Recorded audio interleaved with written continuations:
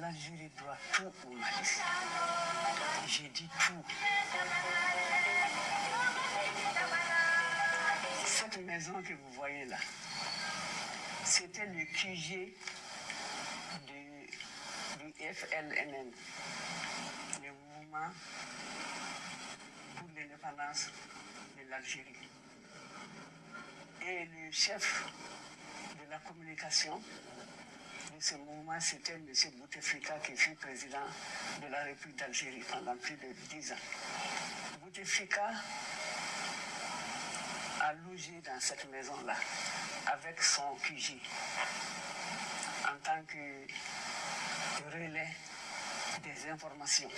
Ils avaient leur QG ici, le salon dans lequel nous sommes.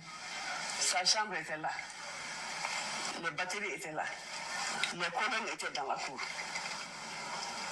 Il m'a montré là, il dit là c'est ma chambre. C'est ça. Bouteflika. Ah oui.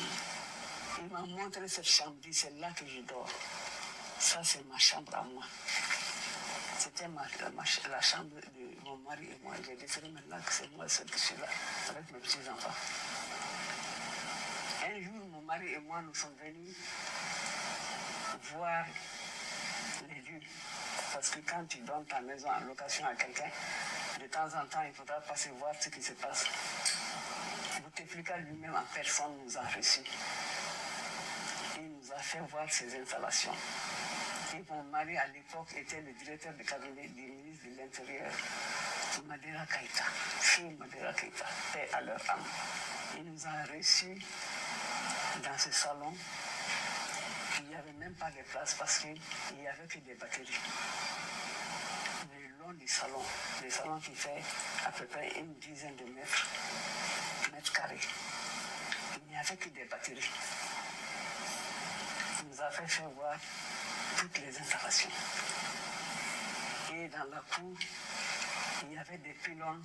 Moi-même, c'était ma première fois de voir des pylônes comme ça.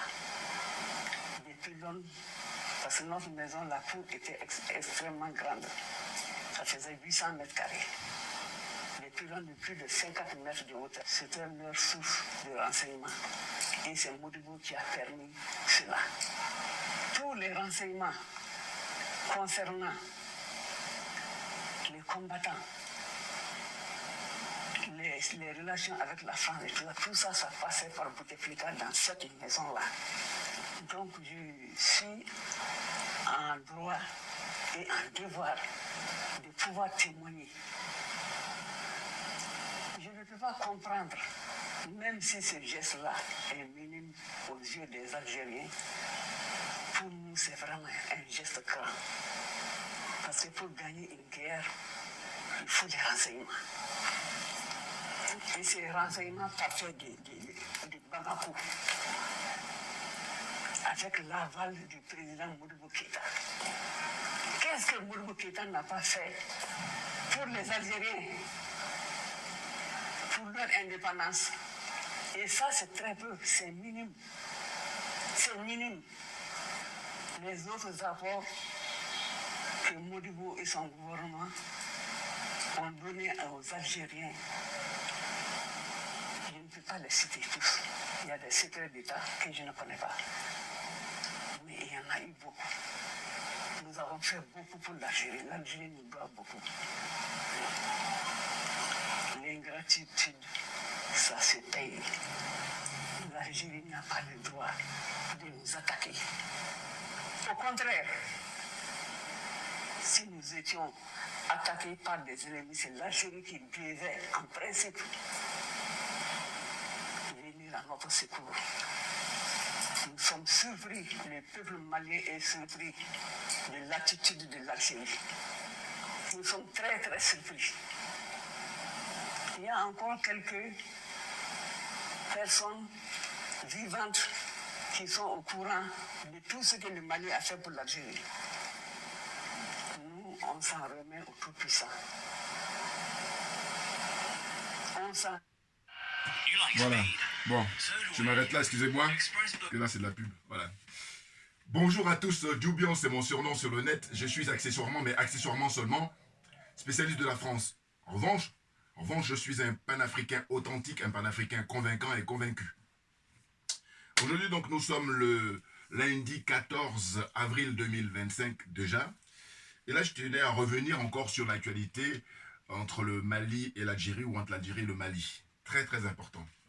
Voyez-vous, mes vidéos passées, précédentes, j'ai expliqué qu'il appartient aux pays, aux responsables, aux dirigeants des pays de l'AES, de diffuser au maximum les archives pour que la nouvelle génération puisse en prendre connaissance. C'est très important.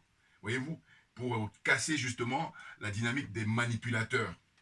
Parce que j'ai vu quoi? J'ai vu que il y a un jeune Algérien là, il n'est pas le seul, hein, il diffuse des images d'archives justement où il montre lui uniquement l'intervention du président Modibo Keïta qui remerciait l'Algérie à l'époque par rapport à son aide vis-à-vis du Mali.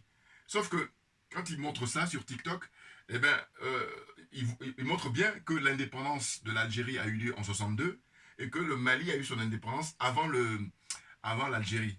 L'indépendance du Mali, c'était en 1960 avec le président Modibo Keïta, et l'Algérie, c'était après la guerre, 8 ans de guerre, c'était en 62. Donc, quand je vois cette démarche-là, je lui ai fait des commentaires, hein, je dis voilà. Vous imaginez, si c'était le contraire, c'est-à-dire que si c'était l'Algérie qui avait eu son indépendance en 1960 et puis le Mali en 62, là, on peut comprendre le raisonnement. Mais là, finalement, ils montrent des images en disant que oui, l'Algérie a soutenu à l'ONU. Mais, vous voyez, ils sont terribles, hein, parce qu'ils sont de mauvaise foi. Ils sont de mauvaise foi, c'est terrible. Or, pourtant, on a du factuel, là. C'est-à-dire un simple raisonnement sans aller faire des écoles de sciences politiques, de dire, mais attendez, le Mali a son indépendance en 1960. Donc, en fait, vous n'étiez pas indépendant, vous étiez en train de lutter contre le colon, et vous avez soutenu. Ce qui n'est pas faux. Mais simplement, est-ce que vous croyez que vous allez convaincre quelqu'un pour dire que, voilà, vous avez soutenu, eux, ils ont eu leur indépendance en 1960, et puis maintenant, c'est après que vous ayez votre indépendance en 1962. Non, mais, voyez.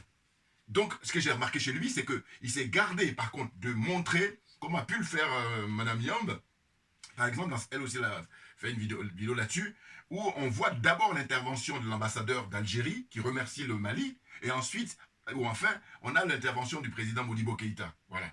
Là, il y a une sorte d'objectivité. Oh là, il s'est gardé de montrer l'intervention, comment dire, de l'ambassadeur d'Algérie, parce que justement, l'ambassadeur de l'Algérie, dans son intervention à l'époque, quand il est venu pour son accréditation à Bamako, il remerciait le Mali, compte tenu du soutien indéfectible, hein, la loyauté du Mali, qui a donné tous les moyens nécessaires pour que l'Algérie puisse gagner sa lutte de libération. Vous voyez? Ah, c'est des nazes. Ah oui, oui, oui. Non, ils fatiguent les gens. Je leur dis, attendez, là, asseyez-vous et prenez des notes, hein, parce qu'on est à l'heure du numérique, ça veut dire que ça va être difficile de mentir aux gens.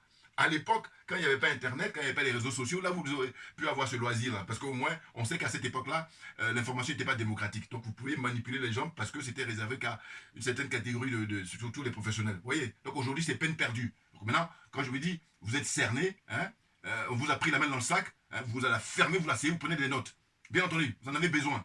N'importe quoi. Je dis, c'est dingue quand même. Hein. En fait, l'héritage de l'Algérie pèse lourd pour les Algériens d'aujourd'hui et surtout la classe dirigeante et en particulier les généraux là qui tiennent l'Algérie depuis des décennies. Voilà. Et donc je me suis dit tiens, je me mets à rêver. Je me mets à rêver de quoi? De dire que mais si c'était possible que la jeune génération aujourd'hui, c'est-à-dire des gens qui ont l'âge de Ibrahim Traoré au Burkina Faso, la trentaine, 36 ans, voilà, qui prennent le pouvoir là-bas, les officiers qui sont intègres, patriotes, qui prennent le pouvoir aujourd'hui en Algérie, hein, pour renverser la vieille garde là, qui fait des trafics, hein, des cupides, voilà.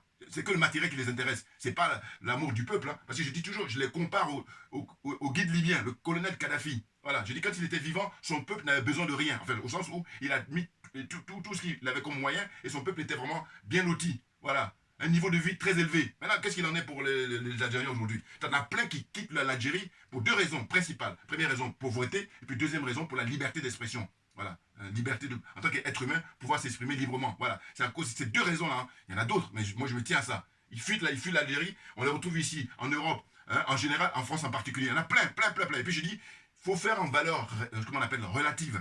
Vous comparez le nombre de ressortissants algériens en France, le nombre de ressortissants marocains en France, le nombre de ressortissants tunisiens en France, et puis le nombre de ressortissants égyptiens, hein, ainsi de suite, et le nombre de ressortissants, comment dire ça, libyens, voilà. Valeur relative, et vous allez voir, n'importe quoi. Hein, vous vous asseyez, vous la fermez définitivement parce que vous devez prendre des leçons, écouter, des gens sérieux, des gens honnêtes, des gens intègres, n'importe quoi. D'ailleurs, ce que j'ai montré tout à l'heure comme extrait, c'est quoi? C'est qu'en fait, c'est le témoignage d'une dame qui a connu, comment dire, elle et son mari, Bouteflika.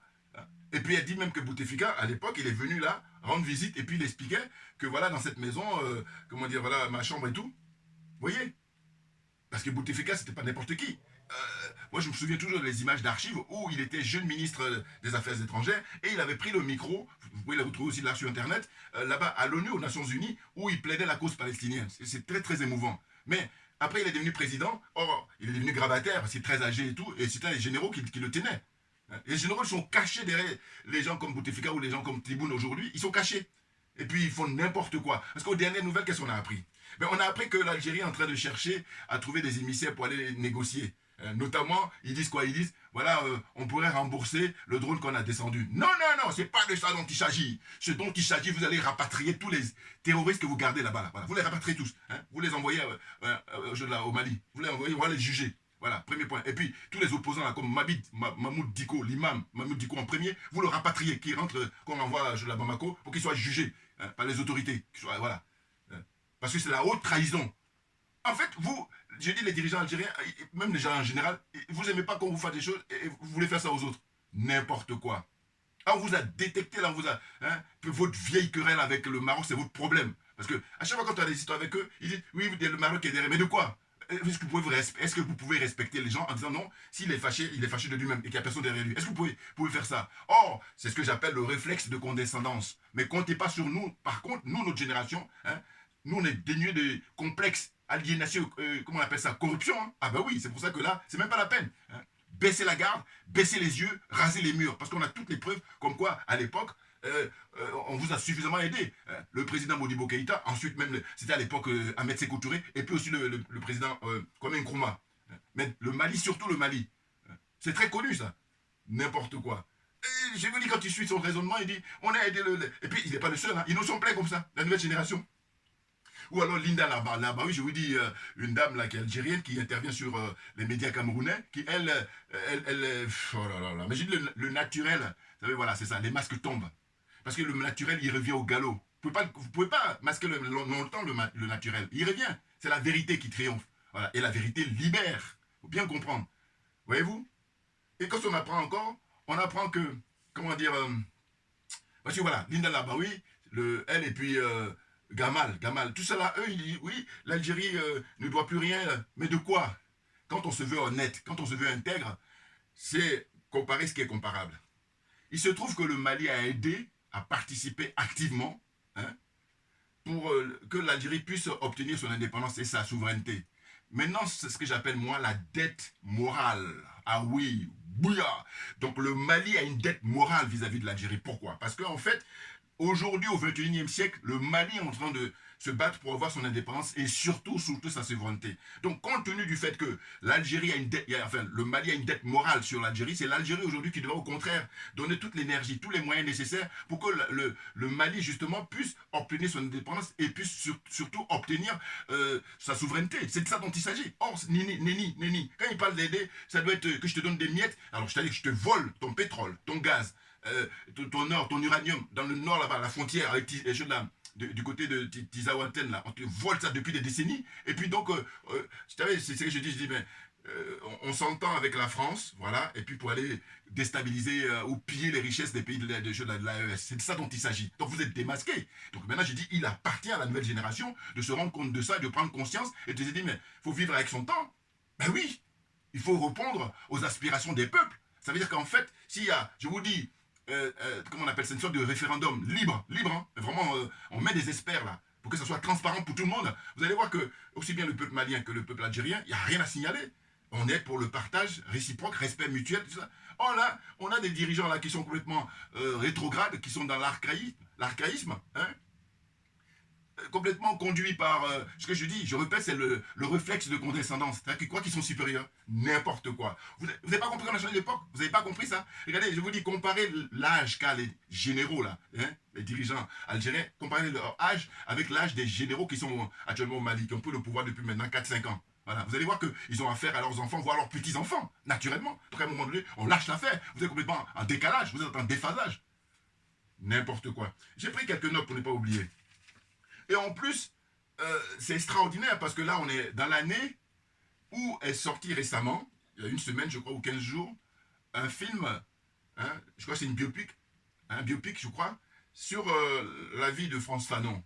Voilà. Et Frantz Fanon, il est vénéré en Algérie. Sauf que moi, avec la tournée des choses aujourd'hui, je dis quoi? Je dis bon, je suis curieux de voir j'allais dire, donc j'ai dit soit le programme ou les programmes scolaires en Algérie depuis 1970 jusqu'à aujourd'hui. Qu'est-ce que ça donne? De l'école primaire, l'école secondaire, hein, ainsi de suite, à l'université des grandes écoles. Qu'est-ce qu'on enseigne concernant hein, le dévouement, le militantisme de Frantz Fanon dans les bouquins des jeunes Algériens? Comment on les éduque? Ça m'intéresse ça. Ah oui, oui, oui. Pour dire quoi? Pour dire que Fanon c'est qui? Mais Fanon, il a du sang noir. Fanon c'est un Martiniquais. Il vient d'où? Il vient de très très loin et il a pris fait et cause pour la cause algérienne. Donc, à un moment donné, vous vous rendez compte?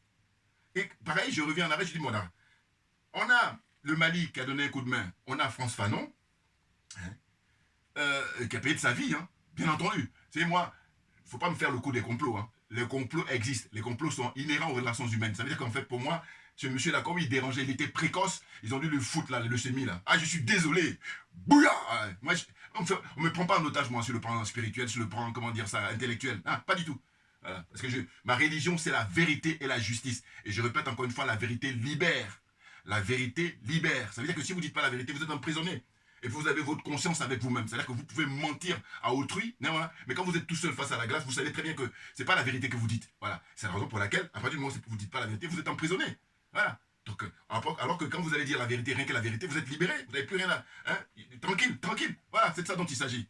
N'importe quoi. Donc, à la fin, tout à l'heure, je montrerai deux bouquins là, pour ceux qui sont courageux pour la lecture, concernant Frantz Fanon. Mais il y a un film qui vient de sortir, je vous dis, il y a une semaine, 10 jours, ou 15 jours, je ne sais plus, sur sa vie.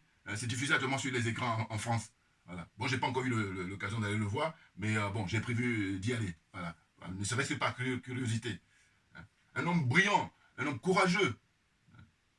Alors, il y a un frère panafricain qui m'a envoyé un message, l'air de dire non, faut pas y aller et tout. Je dis bon, faut y aller pour juger de soi-même, à savoir comment ils ont tourné ça, la vie de Fanon. Mais n'importe quoi. C'est qu'il y a mon fiston qui a été le voir, il a dit, bon, mais lui, il a apprécié, bon, mais en tout cas, il y a beaucoup de choses à dire, mais on ne peut pas, on peut juger que par soi-même. Voilà, c'est de ça dont il s'agit. Franchement. Donc, alors, lecture. Lecture, j'ai dit quoi? J'ai dit, pourquoi l'Algérie n'a pas pu adhérer au BRICS plus?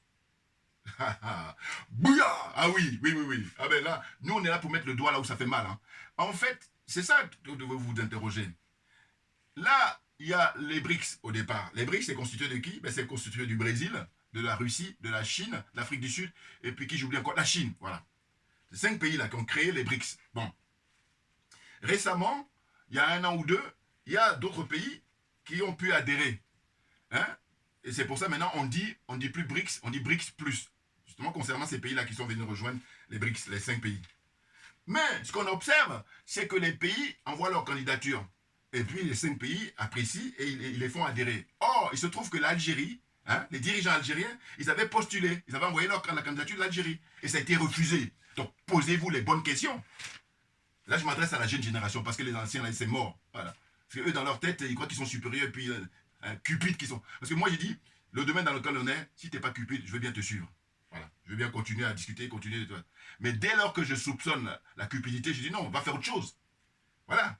Va faire autre chose parce que c'est pas là, c'est pas l'endroit. Là, cet endroit-là, il est réservé aux gens qui sont désintéressés. C'est-à-dire qu'on est là pour servir l'intérêt général. Voilà, c'est de ça dont il s'agit. Vous comprenez? Voilà. Donc là, le fait que l'Algérie, sa candidature a été rejetée, posez-vous les bonnes questions. Pourquoi j'insiste là-dessus? J'insiste sur ce fait-là parce que je dis, mais si on regarde bien les pays là qui sont rentrés récemment, alors j'oublie comme ça, mais en tous les cas, il y a pas mal de pays là qui sont rentrés, ils ont pris un peu partout. Hein. Bon. Eh bien, moi, de mon bon sens, je dis, mais à tous les coups, on va voir que l'Algérie, normalement, a eu des relations beaucoup plus anciennes que les pays là qui ont adhéré récemment. En tout cas, parmi eux, voilà, clairement, pour dire que l'Algérie avait ses chances. Mais pour quelle raison alors ça n'a pas été retenu? Mais ça n'a pas été retenu parce qu'en fait, ce qu'on constate, c'est que l'Algérie, alors je m'aventure là, en tout cas c'est mon point de vue, je crois qu'ils sont dans un jeu comme ça à jouer les équilibristes, c'est-à-dire à jouer les petits malins, là c'est les grands malins, ou je sais pas comment on peut dire ça. Oui, parce qu'on apprend, hein, les spécialistes disent qu'ils signent avec les Américains parce qu'ils sont en train de, comment dire ça, vouloir, ils convoitent hein, la place au Conseil de sécurité pour la place de l'Afrique. Voilà. Alors là, c'est peine perdue aussi. Ah, parce qu'il y a du monde, hein. Attention. Ceux qui veulent. Puis d'ailleurs, bon, nous qui sommes panafricains, on dit c'est même pas la peine. Parce que c'est le vieux monde, ça. C'est le monde du XXe siècle. Là, maintenant, il faut hein, enterrer tout ça. Et puis maintenant, un nouveau monde avec les BRICS. Voilà. Où on se respecte mutuellement. Tu as ton or, tu as ton uranium, tu as ton. Comment on appelle ça? Bauxite, tu as tout ce que tu veux. Ton pétrole, ton gaz. Alors, on va négocier hein, de manière à ce que tu gagnes, je gagne. Voilà. Ça ressemble à quelque chose. Et non pas, je viens là, je bombe le torse, je te fais, comment on appelle ça, un cambriolage, hein, en plein jour, tranquille, et puis je fais de l'arrogance. Ça n'a pas de sens. Hein, vous êtes démasqué, on vous a pris la main dans le sac. Donc vous la fermez, vous asseyez, vous prenez des notes. C'est tout ce que vous avez à faire. C'est tout ce que vous avez à faire. Et j'ai encore là, j'agis comme ça en tant qu'être humain. Ce qui n'est pas le cas de beaucoup en face. Comme juste l'apparence. Voyez-vous? Donc j'ai dit, il faut se poser des questions. Quand on sait les relations que l'Algérie a entretenues avec la Russie, l'Union soviétique depuis des décennies, et puis là, normalement, l'Algérie aurait pu avoir une place de choix dans les BRICS. J'allais dire pour rejoindre le premier pays africain qui est l'Afrique du Sud, pour rejoindre l'Afrique du Sud. Oh là non. Mais parce qu'ils ne sont pas clairs. Voilà, c'est ça que ça veut dire. Hein? Les dirigeants algériens ne sont pas clairs. Voilà. Et ce que je trouve regrettable, c'est que la jeune génération, au lieu de réfléchir et puis se dire, bon, non, qu'est-ce qu'on fait là? On est la risée du monde. On ne peut pas se fâcher avec tout le monde. Ça n'a pas de sens. On est fâché avec le Maroc, ça c'est une vieille histoire. La France, bon, je vous dis, la France c'est à part, voilà, parce qu'ils ne sont pas clairs. Hein, les deux, la France et l'Algérie, voilà. Donc, mais on s'est fâché de temps en temps avec le Maroc. On se fâche avec les dirigeants libyens actuels. Hein. Bon. Puis maintenant, on vient se fâcher avec les dirigeants de l'AES. N'importe quoi. Vous l'avez où avec ça? Je dis, c'est voie sans issue. Vous comprenez? Donc, il y a le premier problème des BRICS, la honte qu'ils ont essuyée. Mais bien entendu. J'espère que je me fais comprendre là. Et ensuite, j'ai dit que l'Algérie n'obtiendra pas non plus la place convoitée au Conseil de sécurité de l'ONU. Ah bah oui, clairement. Non, parce que, j'ai dit, à force de vouloir tout gagner, ils vont tout perdre. Surtout là, c'est avec les pays de l'AES. Ouais, parce qu'ils ont voulu...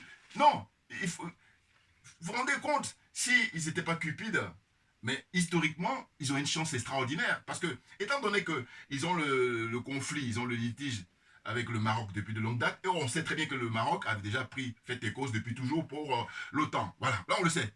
Tandis que l'Algérie, là, quand ils viennent là au XXIe siècle maintenant, ils essaient de jouer les petits malins en disant, bon voilà, c'est vrai qu'on a des liens avec la Russie, mais par contre on aimerait bien être avec l'OTAN aussi. Voilà, vous voyez? Et quand tu vas avoir le cul entre deux chaises, eh bien, tu te retrouves par terre. Mais bien entendu, parce qu'on est en train de retirer les deux là. Choisis, puis reste là-dessus, on te respecte plus. Comment est-ce que je veux dire? N'importe quoi. Donc là, j'ai dit, normalement, ce qu'ils auraient dû faire, c'était, comme je dis toujours, quand tu es en voiture, tu arrives à un virage, tu dois négocier ton virage. Oh, ils n'ont pas réussi à négocier là, parce qu'en réalité, si ils se mettaient à aider le Mali à pouvoir se libérer du joug colonial, hein, et là, il faut un changement de paradigme, bien entendu. Or, le paradigme qui est le leur actuellement, c'est le vieux paradigme du XXe siècle où on a un réflexe de condescendance. Et on croit que c'est normal, le Mali nous appartient. On va pousser la France, on va aider le Mali à pousser la France, et puis quand la France va partir, nous on va prendre le fauteuil de colon. N'importe quoi. Bouya, vous êtes has-been, c'est fini, c'est mort pour vous. Voilà. Et je vous dis encore une fois, asseyez-vous, prenez des notes du début à la fin. Hein. Vous n'allez pas la ramener. Parce que vous n'avez aucun argument. Que du mensonge. Que du mensonge. C'est incroyable. La main dans le sac, on vous a pris. Voilà. Et là, j'enchaîne. Donc je dis, voilà. Si il avait joué intelligent, il avait joué prévoyant, il avait joué pour agir pour les générations à venir, il faisait tout pour aider le Mali, et puis là, ils avaient bingo. Mais bien entendu. Parce que le Mali est suivi par le Burkina, suivi par le Niger, aurait pu soutenir la candidature facilement de l'Algérie quand ils veulent, prétendre avoir le siège au Conseil de sécurité, par exemple, ou au BRICS. Voyez-vous? Oh là non. Voilà, on veut tout avoir et puis on est là comme on est complètement idiot, on est complètement dans la cupidité. Cupidité, c'est-à-dire que c'est le matériel qui les broie. Ils sont broyés par le matériel. Ils sont obsédés par le matériel, c'est ça. Oh, j'ai dit, vous êtes mal tombé parce que le domaine dans lequel on est, non. Peut-être au XXe siècle, mais maintenant là, c'est terminé. tous les gens qui font les petits malins là pour le matériel, on va vous diriger là où vous devez y aller. Allez-y faire les affaires, mais venez pas faire de la politique parce que là c'est réservé, hein, parce que c'est trop noble. Hein. On est là au service de tout le monde, au service du grand, hein, du public, au service au sens général. Ouais, l'intérêt général, voilà ce que j'allais dire. Vous comprenez? N'importe quoi. La suite. Donc j'ai dit, à force de vouloir tout gagner, l'Algérie va tout perdre face aux pays de l'AES. Mais clairement, parce que qu'est-ce qu'on apprend? On apprend aussi que les dirigeants algériens, ils donnent des passeports, hein, aux Touaregs ou aux gens qui sont là-bas au nord du Mali et au sud de l'Algérie. Ils leur donnent des passeports. Les passeports quoi? Mais des passeports algériens. Hein, pour faire croire que ce sont des ressortissants algériens. Mais je dis, mais attendez. Vous imaginez là encore, c'est la réflexion, hein, j'ai dit concours d'honnêteté intellectuelle. Il se trouve que historiquement, il y a des Noirs qui sont en Algérie, hein, mais qui sont depuis toujours, hein, je ne parle pas de l'immigration récente là, depuis toujours, à travers l'histoire. Ils sont là-bas, ils sont au Maroc, ils sont, hein, au Maghreb, à Tunisie, tout ça. Mais j'ai dit, mais quel sort est réservé aux Noirs qui sont là-bas, hein, qui sont eux d'origine algérienne, d'origine marocaine, d'origine tunisienne, tout ça. Dites-moi, d'origine libyenne, dites-moi, d'origine égyptienne, tout ça. Dites-moi, quel sort leur est réservé? La Mauritanie, n'en parle même pas, parce que eux, c'est la caricature. Vous voyez? Donc ce que je veux dire par là, je dis, mais s'ils se permettent, les autorités algériennes, de donner des passeports, là, on les a pris, quand je dis prendre la main dans le sac, mais c'est à tous les niveaux, hein. Notamment l'exemple du passeport. Il n'y a pas que ça. Il y a le fait qu'ils volent le pétrole, le gaz et l'uranium et l'or du Mali depuis des décennies. Et là, maintenant, là, les généraux là, qui sont au pouvoir ont permis qu'on prenne connaissance de tout ça. Et puis maintenant, ils sont mal à l'aise. Hein, ils me font penser, vous savez, un peu comme on dit, le lapin qui se fait éclairer, vous savez, quand en plein phare dans la nuit. Voilà, ils sont perturbés. Voilà, panique, panique. Et bien entendu. Voyez-vous? Donc là, il y a l'histoire des passeports. Là, j'ai dit, mais à ce jeu-là, si par exemple comment on appelle ça, les dirigeants maliens, eux, vont donner des passeports à des Noirs qui étaient là-bas, qui sont algériens normalement, voilà. Parce que les Touaregs, là où les gens qui sont au nord du Mali, c'est des Maliens, point, point, voilà. Eh bien, ils font ça pour perturber le jeu, ils font ça pour, comment dire ça, s'aimer la zizanie, voilà, fatiguer les gens. Donc je dis, mais si vous leur donnez le passeport, mais ça veut automatiquement dire qu'ils ne sont plus maliens. Et s'ils ne sont plus maliens, ben, ils vont être régis par la loi des étrangers qui sont sur le territoire malien. Donc, vous savez, c'est vraiment je t'embrouille, ça ne pas, c'est même, j'ai failli dire, non, je vais me calmer. Non, ce que je veux dire, c'est que c'est fatigant. Moi, je ne supporte pas dans la vie quand on t'a pris la main dans le sac, tu la ramènes plus. Oh, on les prend la main dans le sac et puis ils ont le culot comme ça, terrain dans les yeux, puis continuent à mentir. Voilà. Mais tu vas aller où? C'est fini, c'est mort. Allez, dégage. Dégagez, c'est tout. Franchement, vous n'avez pas honte. Vous n'avez pas honte, on a toutes les preuves. C'est grâce au Mali que vous avez pu, hein, pendant 8 ans, lutter contre la France pour votre indépendance, pour votre souveraineté. On a toutes les preuves. Et là, quand tu as les jeunes là d'aujourd'hui, quand ils viennent, au lieu de tout montrer, non, ils vont montrer juste la partie où le président Modibo, il avait beaucoup de sagesse et il avait beaucoup de, comment dire ça, humble. Voilà, il était très humble. C'était ça, c'était ça. Pour ça, quand on voit qu'il remercie l'Algérie, c'est plutôt le côté humble. Mais bien entendu, franchement, il était désintéressé, contrairement aux généraux là, qui sont au pouvoir en Algérie, enfin, qui tiennent le pouvoir, et Tebboune là, il est devant, et puis eux sont cachés derrière. Ah, mais avec moi, concours d'honnêteté intellectuelle, parce que c'est la vérité qui doit triompher, c'est tout. N'importe quoi. La suite. Donc j'ai dit, l'Algérie ne supporte pas l'avènement au pouvoir des militaires au Mali, conduite par le général Assimi Goïta et ses compagnons de lutte.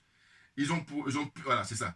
Donc les généraux là, qui sont au pouvoir au Mali, ils ont pu récupérer Kidal. Oh, là ça fait mal, hein. Ah bah oui, non, parce que Kidal, mais c'est un point, mais vraiment stratégique, puisque longtemps, hein, quand IBK était là, on l'interdisait même d'aller à ces endroits-là. Voilà, il était privé, interdit, interdiction donnée par la France. Et lui, comme c'était un fonctionnaire de la France, vous comprenez bien, un employé de la France, vous comprenez bien. Alors c'est plus le cas. Donc on a un changement de paradigme dans lequel on est. Et les autres, il faut continuer à mentir. Donc ils l'ont là. Hein. Ah ben les Algériens en général et puis leurs dirigeants en particulier, ils l'ont là. Ils ont trop les boules. Là, je te parle de l'accord d'Alger. L'accord d'Alger a été enterré. J'ai même envie de dire enterré vivant. Voilà, hein, avec les généraux. Parce que, à la lecture de ces accords-là, on voit qu'il y a une partition du pays. Mais est-ce que vous, en tant qu'Algérien, vous allez accepter ça? Et en fait, c'est ça qui est insupportable. Les connaissants des Algériens, donc, si tu ne supportes pas qu'on te fasse, mais ne fais pas ça à ton voisin. Hein? Et pas n'importe quel. Parce qu'en fait, ce n'est pas tous les pays africains d'Afrique noire qui ont aidé l'Algérie. Il y avait certains pays qui étaient du côté de la France pour que l'Algérie reste française. C'était ça. Donc, maintenant, aujourd'hui, le moment est venu de mettre les cartes sur table, de mettre toutes les cartes sur table. Ah ben oui. Non, parce que c'est pour cette manière-là qu'on va pouvoir avancer. Et non pas des gens qui veulent qu'on tourne en rond ou même qu'on recule. Un peu comme j'aime bien le Premier ministre Maïga. Comment dire comment il s'appelle le Premier ministre actuel. Pas Choguel Maïga, mais le plus jeune. Il dit, mais les dirigeants algériens, visiblement, ils refusent, oui, voilà, il dit, ils rentrent dans l'histoire à reculons. Voilà. Ah, j'aime bien, parce que lui, il a le sens des formulations. Ah oui, il a le sens des formules. Ouais. Hein, les dirigeants d'Algérie actuellement, ils rentrent dans l'histoire à reculons. Vous vous rendez compte, vous n'avez pas honte, d'une certaine façon. N'importe quoi. À la suite. Donc je disais que ils ont récupéré Kidal et ensuite ils ont enterré les accords d'Alger. C'est pour ça qu'ils les ont là. Hein? Ils ont mis à la poubelle les fameux accords d'Alger. N'importe quoi. Ils ont pu nationaliser certaines sociétés des mines d'or. Et là, ce n'est que le début. Hein. Ah oui, oui. Non, parce qu'il y a un truc aussi auquel ne s'attendaient pas les dirigeants algériens, c'est la solidarité qu'il y a à l'AES. Parce qu'ils croyaient pouvoir, comme on dit, il y a une vieille recette, hein, diviser pour régner. En disant, voilà, on est fâché avec les autorités du Mali, mais par contre, on va ménager les gens du Niger et puis les gens du Burkina Faso. Nenni, vous avez tout faux. Hein? J'ai dit, voix sans issue. Parce que la solidarité qu'ils ont, mais ils sont en phase avec les aspirations du peuple malien, hein, les aspirations du peuple du Niger et du peuple du Burkina Faso. Mais bien entendu, c'est ce qui a permis à ce que la CEDEAO a échoué. Et vous, maintenant, vous êtes les deuxièmes dans la liste à échouer. À vous casser la dent, casser les dents, bien entendu. Non, mais de quoi? Parce que vous êtes profondément malhonnête. Quelqu'un qui t'a rendu un service énorme qui t'a permis de t'émanciper hein, vis-à-vis du colon, toi, qu'est-ce que tu dois faire? Tu as une dette morale. C'est une dette morale. Et tu dois, au contraire, t'efforcer en disant, bon, je vais tout faire pour que lui aussi il puisse s'en sortir. Oh là, non. On joue les malins, les petits malins ou les grands malins, je ne sais pas comment qualifier ça. Vous voyez? Donc la suite. Je disais, les dirigeants actuels, ils ont pu nationaliser et ils ont permis, et c'est grâce à eux que les multinationales aujourd'hui payent les taxes et les impôts au Mali, désormais. Vous vous rendez compte hein? C'est pour ça que je dis, mais il faut faire le bilan. Ceux qui étaient là auparavant, les multinationales, là, que ce soit françaises, canadiennes et américaines, tout ce que vous voulez, ils sont là à loisir. Ils ne payent rien du tout. Ils passent tout leur temps à piller les richesses, piller les ressources naturelles, les matières premières des pays, et puis ils sont tranquilles. Or là, justement, ce qui leur donne mal à la tête, aussi bien les adeptes de l'OTAN et puis l'Algérie, c'est le fait que la nouvelle génération là, qui est au pouvoir, ils disent non, non, on va plus rigoler. Mais c'est bon, quoi. Bah, si on a été à l'école, on a un minimum d'instruction, mais ils mettent ça en pratique. Et puis en plus, c'est des hommes de terrain. Attention, Assimi Goïta et ses camarades de lutte là, mais ils ont l'expérience de 15 minimum, si c'est pas 18 ans, ensemble. Donc là, vous savez, il y a un truc qu'ils vont facilement comprendre, parce que les jeunes Algériens aiment bien le foot. Mais vous prenez le foot, des gens qui ont été formés quand ils étaient tout petits, à l'âge de 5, 8, 9, 10 ans, et après quand ils deviennent juniors, et après ils deviennent seniors, ils ont toujours joué ensemble, vous comprenez bien que ils sont à l'aise, parce qu'ils ont les réflexes, ils se connaissent tellement que voilà, tac, tac, chacun à sa place, et puis tac, tac, on bombarde. Et c'est ce qui se passe actuellement là. C'est la Dream Team actuellement qui est au Mali, la Dream Team qui est actuellement au Burkina Faso, et puis au Niger avec le général Tchani. C'est ce qu'il faut comprendre. Donc là, il n'est pas question de dire, on va pouvoir récupérer le Niger et le Burkina Faso, et puis on va pouvoir isoler le Mali. Vous avez tout perdu. Là, ils sont actuellement en confédération, mais c'est en voie d'une fédération. C'est-à-dire qu'on va réunir hein, pour avoir un seul ministre des Affaires étrangères, un seul ministre de la Défense, hein, ainsi de suite. C'est ce qui est prévu, bien entendu. Non, mais n'importe quoi. Je vous dis, là, c'est grave parce qu'en fait, on a l'heure des réseaux sociaux, on a l'heure d'Internet, donc tout le monde a la facilité de se former. Encore faut-il ne pas être de mauvaise foi. Encore faut-il ne pas avoir comme religion le mensonge. N'importe quoi. Alors, la suite. Donc, je disais... les richesses se trouvent dans la région de Kidal. Pas seulement, mais là, on est voilà, à la frontière avec l'Algérie là-bas, et surtout Tizawaten, là. Voilà. Le gaz, le pétrole, l'uranium, l'or, toute la liste, elle n'est pas exhaustive, là. Et qu'est-ce qu'on apprend? On a dit qu'en fait, le drone, là, qui a été descendu, eh ben, il était parti juste pour, comment dire, filmer, enregistrer une grande réunion qui a eu lieu là-bas, hein, à la frontière, là, des terroristes, des mercenaires. Hein. Ils sont là-bas. Et donc, son rôle, hein, c'est connu. Je dis même l'Algérie, avant même les pays de l'AES, puisqu'il est équipé depuis par l'Union soviétique et la Russie depuis des années. Donc, ils ont des équipements nécessaires. Donc, ils savent de quoi il s'agit. Voilà. Et en plus, quand on apprend que, en fait, ils étaient ensemble, le Mali, l'Algérie et puis le Niger et tout ça dans une espèce de, comment dire, commission, comment dire, militaire. Mais, ces réunions-là, mais c'était l'occasion quand il y a quelqu'un qui ne respecte pas les droits qui existent, de faire le rappel, faire ce minimum-là. Or là, comme ils sont dans le mensonge, comme ils sont dans la roublardise, voilà, je suis plus malin. Voilà. Or là, c'est peine perdue parce que vous avez en face de vous des gens qui sont honnêtes, intègres, qui sont lucides. Voilà. Vous comprenez? Qui sont des professionnels. Voilà. N'importe quoi. Donc là, ils avaient l'occasion, s'ils étaient vraiment honnêtes, de dire, mais attendez, il y a la ligne là, il ne faut pas la franchir parce que... Et donc, ils font des remontrances, et puis maintenant, Aujourd'hui, ils pourraient même dire, regardez, telle date nous avons averti, telle date nous avons informé, et puis comme les autorités maliennes ne voulaient rien savoir, là tout le monde va vous donner raison. Oh là non, ils jouent les petits malins, la preuve en est même aujourd'hui, les autorités maliennes, ils ont fait la démonstration, comment ça s'est passé, comment on appelle ça, le drone en question, il est tombé sur le territoire, comment on appelle ça, malien, donc à la verticale, voilà. Donc c'est étrange, puisque les autorités algériennes soutiennent que ça a été violé leur territoire. Mais pourquoi ça tombe alors dans le jeu de là? Et là je dis pareil, on n'a pas besoin d'aller faire une école militaire, hein. Voilà. Non, c'est dire qu'en fait, ils mentaient. Ils ont fait ça pour protéger. Ils ont descendu le drone parce que les gens qui faisaient des réunions, là, les terroristes et puis les mercenaires, là, s'ils ne descendaient pas le drone allait prendre toutes les informations et puis voir même les bombarder, les allumer, les bombarder. Voilà, c'est ça dont il s'agit.